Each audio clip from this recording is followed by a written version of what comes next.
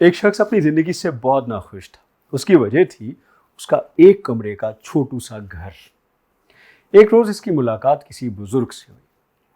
इसने तो शिकायतों के अंबार लगा दिए। कहता है कि मैं बहुत नाखुश हूँ, मेरा घर एक छोटा सा कमरा है, घर क्या है, मुर्गियों का डरबा है, तंग तारीख, पता नहीं मेरी इस कमरे से जान कब छूटेगी। बुजुर्ग कहने लगे कि तुम्हारे उस घर में, उस कमरे में तुम्हारे अलावा कोई और भी रहता? उसने कहा कि नहीं, मैं अकेला रहता हूँ। कोई और चीज़ है तुम्हारे पास? उसने कहा मेरे पास 10 भेड़े हैं जिन्हें मैं घर के बाहर, सामने एक दरख्त है उसके नीचे बांधता हूँ। बुजुर्गों ने कुछ सोचा, जैसे उन्हें मसले की समझ आ गई। तो उन्होंने कहा कि ऐसा करो कि वो जो 10 भेड़े हैं उनको भी आज से कमरे के अंदर रखना शुरू कर दो और 10 दिन के बाद मेरे पास वापस आना। ये शख्स पछताने लगे। उसने कहा मैंने अपना मसला बताया ही क्यों इनको, ये तो मैं पहले बढ़ाता हूँ, भेड़े वहाँ पे रहेंगी या मैं रहूँगा। तो लेकिन बुजुर्गों ने आगे से कहा कि भाई you have to act on my advice, तुम्हारे पास कोई चारा नहीं है, तुमने इस नसीहत पे अमल करना है। बेचारा मरता क्या ना करता, अपने घर गया और अब भेड़ों को भी उसने अपने कमरे के अंदर रख लिया। अब कमरा पहले ही तंग था, अब वो चलते फिरते उठते बैठते हर वक्त वो भेड़ों से टकराता रहता।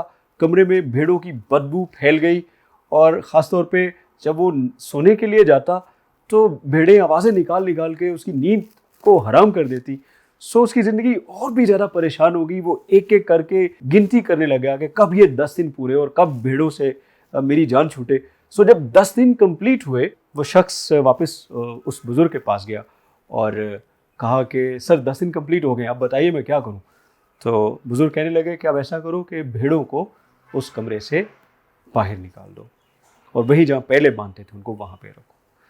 सो भेड़ें निकल गई तो हैरत अंगेज तौर पे वही कमरा उसको बहुत खुला खुला दिखाई देने लग गया।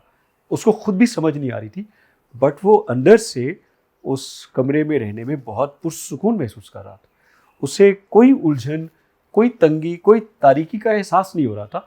वो बड़ा परेशान हुआ, हैरान हुआ। वो भाग के चंद दिनों के बाद वापस बुजुर्गों के पास गया और कहा कि मुझे बताइए कि मुझे तो अब कोई तंगी और परेशानी महसूस नहीं हो रही, कुछ नहीं बदला, आखिर हुआ क्या है। वो बुजुर्ग मुस्कुराए और बोले जो कुछ हमारे पास होता है हम उसकी कदर नहीं करते, हम शिकायतें करते रहते हैं, परेशान रहते हैं और हमें कदर का एहसास तब होता है जब हमें उससे भी ज़्यादा बुरे और शदीद किस्म के हालात का सामना करना पड़ता है। दोस्तों, जो कुछ आपके पास है, क्या आप उसकी कदर करते हैं?